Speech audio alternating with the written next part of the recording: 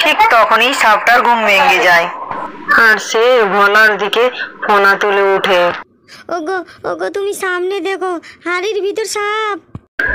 ভোলা খেজুর গাছে উঠে হাঁড়িটা ভালো করে বেঁধে দেয় আর খেজুর গাছ থেকে রস ডব ডব করে পড়তে থাকে। এই তো হয়েছে, বাকি দুটো হাঁড়ি বাঁধাও হয়ে গেছে গাছে। অনেক দেরি হয়ে গেল, যাই তাড়াতাড়ি বাড়ি যাই। তারপর ভোলা গাছ থেকে নেমে তাড়াতাড়ি বাড়ি চলে যায়। আর বাড়ি চলে যেতেই আপদটা এতক্ষণে বিদায় হলো। সেই তখন থেকে তকে তকে রয়েছি খেজুর রস খাবো বলে। যাই, এবার আমি মন ভরে খেজুর রস খাই।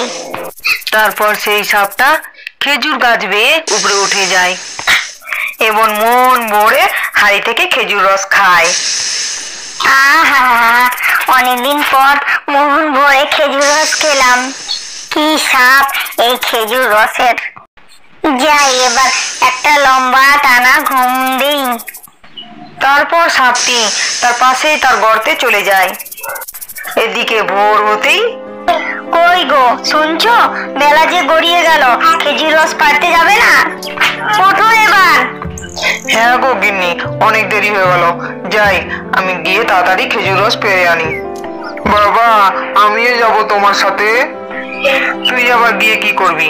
তোর পড়াশোনা নেই, যা গিয়ে পড়তে বস। আহা, ছেলেটা যখন বলছে তখন নিয়ে যাও না, খামোকা মানা কেন করছো? তারপর ঈশান আর ভোলা দুজনে মিলে খেজুর রস পাড়তে যায়। কিন্তু ভোলা গাছে উঠে দেখে খেজুর রসে হাঁড়ি ফাঁকা, হাঁড়িতে এক ফোঁটাও রস নেই। এ কি করে সম্ভব? হাঁড়িতে এক ফোঁটাও রস নেই, এরকম কোনোদিন আগে কখনো হয়নি। এরপর ভোলা কাদুমাদু হয়ে গাছে হাঁড়িটা আবার বেঁধে ঈশানকে নিয়ে বাড়ি চলে আসে। আর বাড়ি এসে তার বউকে সব কথা খুলে বলে। সে কি গো, তবে চোর এসে রাতের বেলা খেজুর রস চুরি করে নিয়ে গেল নাকি? না না, ব্যাপারটা তো বেশ সুবিধে লাগছে না। কালকে আমিও তোমার সাথে খেজুর রস পাড়তে যাব, গিয়ে দেখতে হবে আসল ব্যাপারটা কি। কিন্তু সেদিন রাত্রেবেলা সাপটি আবারও গর্তে থেকে বেরিয়ে আসে আর খেজুর গাছে উঠে সব রস খেয়ে নেয় এবং বলে, ওরে বাবারে, আজ একটু বেশি খেজুর রস খেয়ে ফেলেছি। শরীরটা কেমন ভারী ভারী লাগছে। রোজ রোজ খাবার পেয়ে গেলে আমাকে আর এদিক ওদিক খাবার খুঁজতে বেরোতে হবে না। উফ, আর পারছি না, হাড়ির ভিতরেই একটা টানা ঘুম দিয়ে দেই। এই গাছের মালিক সকাল না হলে তো এখানে আসবে না।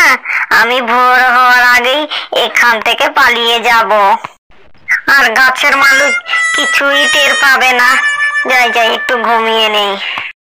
এই বলে ধরা সাপটা হাড়ির ভিতরে ঘুমিয়ে পড়ে। কিন্তু পরের দিন খুব ভোর ভোর রূপা আর ভোলা যায় খেজুর রস পাড়তে। ভোলা খেজুর গাছে তরতর করে উপরে উঠে পড়ে আর হাঁড়িটা হাতে নিয়ে, গিন্নি আজ হাঁড়িটা বেশ ভারী গো, মনে হচ্ছে সারাতে অনেক খেজুর রস জমেছে। ঠিক তখনই সাপটার ঘুম ভেঙে যায় আর সে ভোলার দিকে ফোনা তুলে উঠে। ওগো, তুমি সামনে দেখো, হাড়ির ভিতর সাপ। তখন ভোলা প্রচন্ড ভয় পেয়ে হাত থেকে হাঁড়িটা ফেলে দেয়। ওরে বাবা, গেল গেল রে, আমার কোমরটা একেবারে ভেঙে গেল রে। ওরে বাবা রে। ঠিক তখনই রূপা পাশ থেকে একটা লাঠি নিয়ে সাপটার মাথায় সজোরে মারে। ওরে বাবরে, ওরে বাবরে, কোমরটা ভেঙে গিয়ে শান্তি মিটল না, এবার মাথাটা ফাটিয়ে দিল আমার। ওরে বাবরে, পালা এখান থেকে, পালা এখান থেকে। তারপর ধরা সাপটা সেখান থেকে পালিয়ে যায়। এরপর রূপা গিয়ে সেই গাছের তলার গর্তটাও ভেঙে দেয়। সাপটা আর এখানে আসবে না, যাও তুমি গিয়ে একটা নতুন হাঁড়ি বেঁধে দাও। তারপর ভোলা খেজুর গাছে উঠে একটা নতুন হাঁড়ি বেঁধে দিয়ে বাড়ি চলে আসে।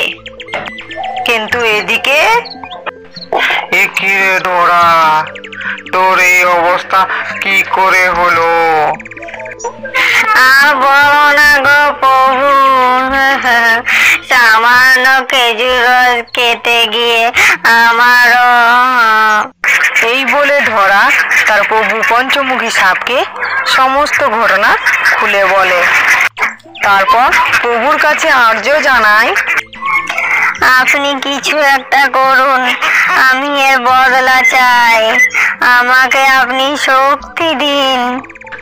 তারপর পঞ্চমুখী শেষনাগ ধরা সাপকে শক্তি প্রদান করে আর বলে, আজকের পর থেকে তুই আগামী 3 দিন ইচ্ছাধারী রূপ ধারণ করতে পারবি, এমনকি তুই মানুষের রূপও ধারণ করতে পারবি, আর তোর বিষ হয়ে উঠবে অতি ভয়ঙ্কর। যা, এই 3 দিনের মধ্যে তোর প্রতিশোধ তুই নিয়ে নে। যা, তাড়াতাড়ি যা, দেরি করিস না। তারপর ওই ঢোড়া সাপটি ভোলাদের বাড়ির সামনে গিয়ে দাঁড়ায় এবং একটি বৃদ্ধার রূপ ধারণ করে। তারপর বৃদ্ধটি বলে, কেউ আছো? আমাকে এক গ্লাস জল দিবে গো, গলাটা তৃষ্ণায় আমার একেবারে শুকিয়ে যাচ্ছে, আমাকে একটু জল দাও না গো। তারপর ঈশান এসে দরজাটা খোলে আর বলে, কে গো বুড়িমা, কি চাই তোমার? আমাকে এক গ্লাস জল দিবে বাবা, তৃষ্ণায় আমার একেবারে গলা শুকিয়ে যাচ্ছে। ঠিক আছে বৃদ্ধ বুড়িমা, ভিতরে এসে বসো।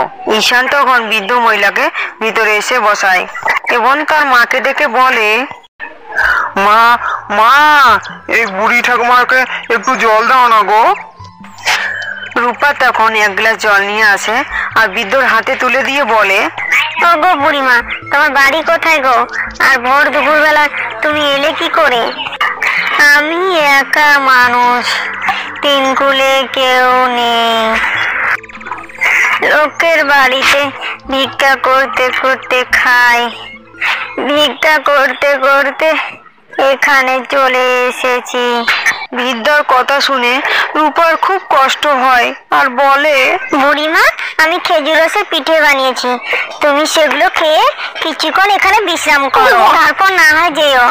বৃদ্ধা বুড়িটি পিঠাগুলো খেয়ে বিশ্রাম করার ভান করে এবং রূপা রান্নাঘরে চলে যায় আর ঈশান তখন খেলতে শুরু করে। আর তাই দেখে বৃদ্ধ বুড়িটি বলে, এই তো ভাগ্যে পেয়েছি, প্রথমে এই বাচ্চা ছেলেটিকে কামড়াবো, তারপর আস্তে আস্তে ওদের দুজনকে কামড়াবো।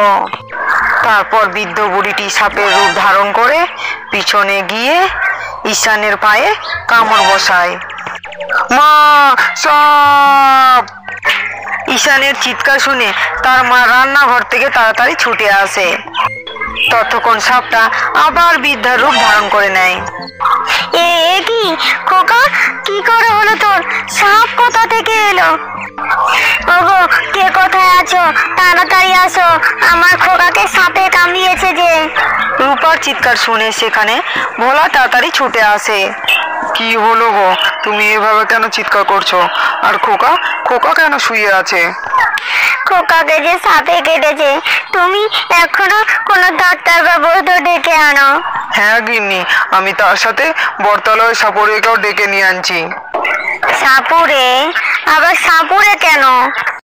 সাপুরের কথা শুনে ধরা সাপ ভয় পেয়ে যায় এবং সেখান থেকে কেটে পড়ার তাল বের করে। কিন্তু ঠিক তখনই ভোলা সাপুরিয়া বাবাকে নিয়ে সেখানে চলে আসে। আর সাপুরে যেই বিন বাজাতে যায়, না না, ওটা বাজাবে না, ওটা বাজালে আমার খুব কষ্ট হয়। ওটা বাজালে তোমার কেন কষ্ট হবে গো বুড়িমা? ওটা বাজালে সাপেরা কষ্ট পায়। তারপর সাপুরিয়ে বিন বাজাতে শুরু করে দেয় আর সাথে সাথেই, বন্ধ করো, বন্ধ করো বিন বাজানো। আর বৃদ্ধ মহিলাটি মানুষের রূপ ছেড়ে ধরা সাপের রূপ ধারণ করে। আর ধরা সাপকে দেখে ভোলা আর রূপা খুব ভয় পেয়ে যায় আর বলে, আরে এই সেই সাপটা, ওই তো খেজুর গাছে উঠে খেজুর রস চুরি করে খাচ্ছিল। ওকে মেরেছিলাম বলে ও মানুষের রূপ ধরে আমাদের কাছে বদলা নিচ্ছে। আমি বাড়িতে ঢুকেই বুঝতে পেরেছিলাম এখানে কোনো গন্ডগোল আছে। তুই তাড়াতাড়ি গিয়ে ছেলেটার পা থেকে বিষ তুলে নে, নইলে এখানেই। তারপর ধরা সাপ ঈশানের পা থেকে বিষ তাড়াতাড়ি তুলে নেয়। আর তখনই সাপরিয়াটা তার গলাটা খপ করে চেপে ধরে। ওরে বাবা রে, প্রভু প্রভু আমাকে বাঁচান, প্রভু আমাকে বাঁচান। ও, তোর আবার প্রভু আছে? তার মানে তোরা দুজনে মিলে এসব করছিস। চল, তোর প্রভুর কাছে আমাকে নিয়ে চল এক্ষুনি। এই বলে সাপরিয়ে বিন বাজিয়ে ধরা সাপকে ধরে নিয়ে সেখান থেকে চলে যায়। আর ঈশানও পুরোপুরি সুস্থ হয়ে যায়।